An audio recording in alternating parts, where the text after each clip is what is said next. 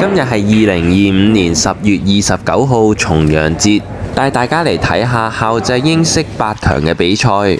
上集提過，今日嘅對手往績彪炳，係一位好有實力嘅球手，所以八村今日都有啲猶豫，打波比之前冇咁有信心。好似呢一球咁，諗下又改變咗防守嘅路線，驚漏咗個中袋紅波機會俾人。呢場賽事同之前一樣，都係打3局2勝，係由早上10點半開始。如果有幸晉級4強，就會隨即喺下午嘅1點鐘開波。呢球對手打厚咗，所以白波冇辦法返去遠台做一個防守。而家漏咗中袋嘅機會，應該可以食到隻藍波。問題白波喺 wrong side， 八村應該係唔夠 Q power 撞遠台 cushion 返嚟打紅，變相 set 咗個遠台 snooker 俾自己。而家唯有用底 cushion 一箍，薄薄地揩個 pat 紅波，嘗試令到個白波返去遠台。白波喺中間停低咗，幸好冇漏低紅波嘅進攻機會。對手唯有防守多一桿，將個白波擺返去遠台。八村立一立，見到右下角有粒紅波漏咗出嚟，應該係嘗試進攻，教個藍波做過渡。可惜勢力咗，又要喺 wrong side 度打藍波。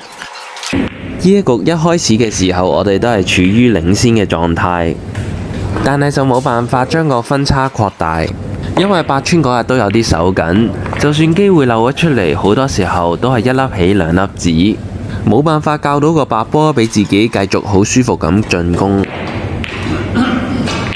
當然對手都唔弱啦，去到中段就開始發力。呢一球打紅波右尾袋，白波撞一箍較黑。呢球白波推一箍返嚟，再較紅波中袋。睇得出對手嘅準程度同埋白波嘅控制能力都係喺八村之上，有好多嘢需要跟呢位對手學習。白波大力伸一箍出嚟，較返個黑色，順推打黑柴，再較返個紅波左尾袋。呢一輪嘅攻勢，八村就只能夠坐定定咁睇住對手追返分數上嚟。終於等到個中距離嘅機會，可惜自己又冇好好咁把握到，仲留低咗個機會俾對手上場上分。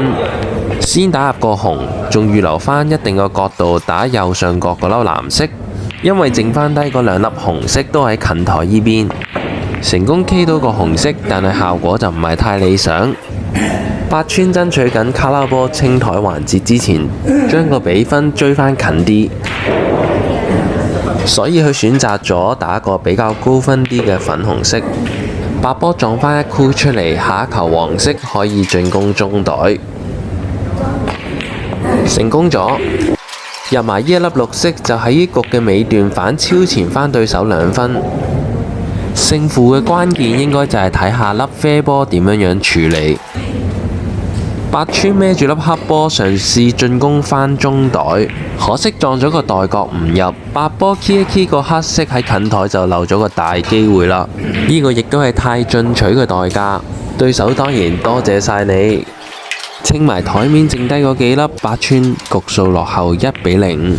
成個校際比賽裏面首次處於逆境狀態。第2局嘅開頭都有啲心神恍惚，明明係要打紅波，點知黃波同埋藍波都入晒，真係專登打都冇咁巧啊！犯規送5分俾對手，呢球就裝住 extension 走過嚟表演打狗棍法，跟住垂頭喪氣咁走返去坐低。對手個紅波窄位黐箍打失咗，留咗喺袋口。不過計一計個距離，八村最後都係選擇打個遠台，因為白波依個位要打個袋口波，要擔好長嘅叉，寧願打個遠台，白波撞一箍返去，到時打完個卡拉波先再收割。白波停喺呢個位置，應該會選擇打啡色。冇錯，將個白波架返埋去打個紅。呢個角度要小心粒綠波，因為 key 完之後個白波唔知會停喺邊。而家個位置就有啲尷尬，可以打個啡波，將個白波留喺藍波後面。策略係可以㗎，不過操作有啲失誤啫。成個白波漏咗出嚟，同冇防守冇分別。對手見到有機會，果斷選擇進攻，將個白波教返嚟遠台嗰邊繼續進攻藍色。見到對手啲走位都非常之穩定，除咗路線清晰之外，力度嘅控制都把握得非常之好。就好似呢一球咁，台面得返2個紅波，先打個左尾袋，教個藍波中袋。但係最後一個紅波喺遠台黐 cushion， 白波 wrong side 要走4 cushion 先可以返到過去。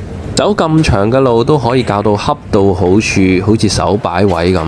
對於台泥同埋 cushion 嘅適應能力都係非常之高。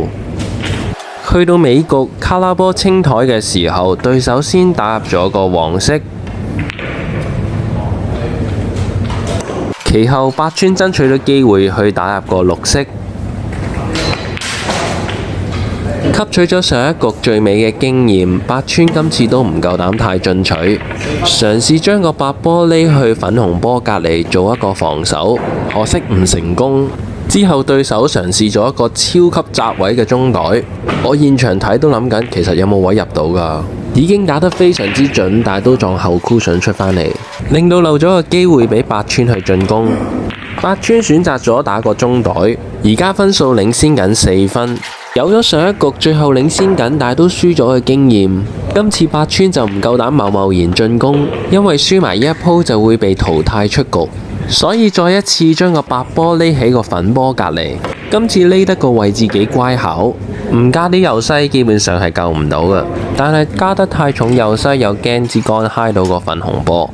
由於我哋本身係領先狀態，台面上亦只得10幾分，所以好快超分冇得重擺。八村見到分數拉開咗就安心進攻，首先中袋打入粒藍色，然後再單叉遠台收埋粒粉紅。局數追平返1比1，兩局都係爭緊最後嗰幾粒，現場真係睇到我好緊張啊！八村中間休息出到嚟都喘晒氣，話打到好攰好辛苦啊！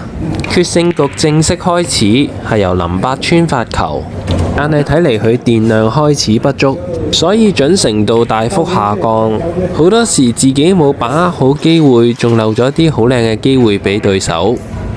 當然對手身經百戰，好快就喺決勝局嘅初段，成個人都入晒局。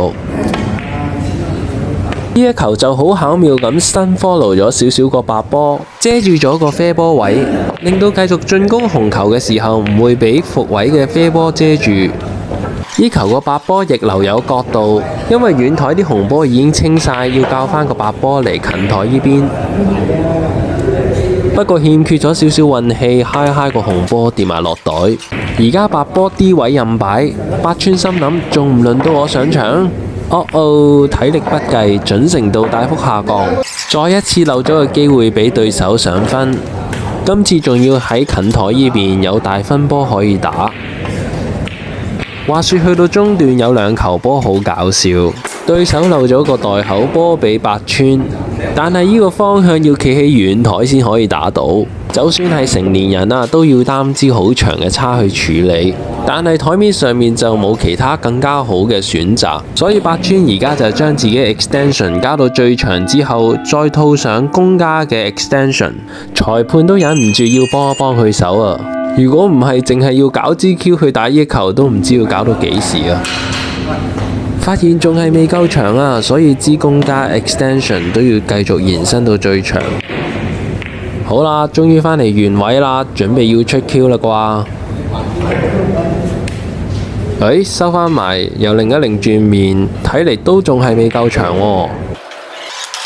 裁判好好人，即刻就去揾多個 extension 返嚟俾八村。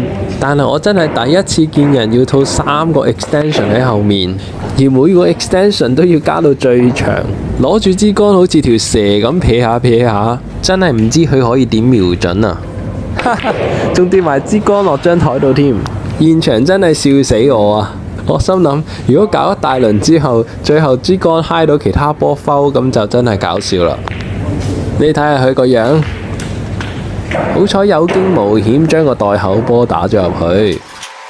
呢球應該係想發力打藍，白波撞遠箍順一箍返嚟近台，但係就爭啲入埋粒綠色。呢球就搞亂咗英式同埋美式嘅規則。英式嘅 touching 波係唔可以喐到黐住白波嗰粒波。八村想借個黑打入個紅，裁判隨即嗌 foul，而林八村就一臉迷惘。明明而家要打紅波，又入咗個紅波，點解嗌 foul 呢？冇辦法底下，再一次送咗個機會俾對手。由於近台已經冇大分波可以上分，所以順勢就將個白波推咗去遠台。對手個把握力亦都係非常之高，打完遠台個黃，又交返個白波過嚟近台嗰邊打紅。大家有咗上兩局對賽嘅經驗，都好清楚喺尾局裏面防守先至係致勝嘅關鍵。所以對手見到最後嗰粒紅色喺黐箍嘅狀態，就冇打算繼續入波，嘗試 set Q snooker。可惜喺粉紅波同埋 cushion 之間漏咗條罅位，八村喺成紮卡拉波圍住嘅情況底下，都救咗個紅波出嚟。不過轉個頭，對手又嘗試將個紅波擺返入去。而家兩個波之間俾粉紅波遮住咗，八村再一次用一箍又救返個紅波出嚟。轉個頭，對手又將個紅波擺喺黑波後面，唯有避開個黑色，薄薄地咁揩個紅波。呢球對手想再一次將個紅波擺入嗰紮卡拉波裏面，終於漏出咗個機會啦！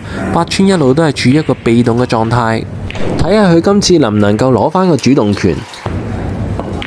輕輕揩個黃色，將個白波擺喺個綠波同埋藍波後面。對手想用兩 cushion 去救返粒黃波，但係白波就啱啱擦肩而過。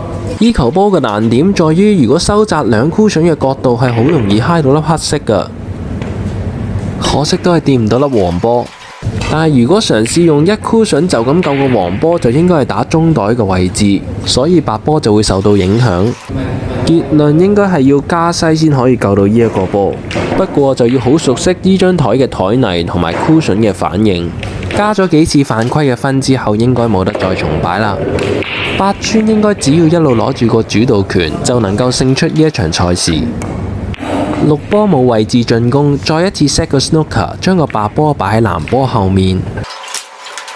今次冇個中袋阻住，對手好輕鬆就可以用一 cushion 去救返個綠色。冇犯規，八村冇加到分，但係變相就漏咗個機會出嚟。隨住台面嘅卡拉波越嚟越少，對手可以追到嘅機會就越嚟越渺茫。八村亦都越打越有信心，冇再諗住做防守，因為 set 咗 snooker 都冇得再重擺。你見八村望一望個分牌，因為正常情況底下呢個藍波係冇得進攻㗎，但係練開美式得波嘅佢又點會按耐得住啊？英式嘅袋口真係唔係咁容易得㗎，大家記得第一局個啡波得唔入就輸咗啦。對手唔想放棄，繼續 set snooker， 嘗試讓到八村去犯規，成個台面就得黑波可以做遮掩，呢球嘅效果做得唔錯。不過八村超咗分，唔使驚漏機會，所以直接救夫婆就可以啦。勝利在望，八村你要捱埋佢啊！對手白波跌袋啊！恭喜晒桌球新手林八村成功打入校際英式桌球個人賽4強。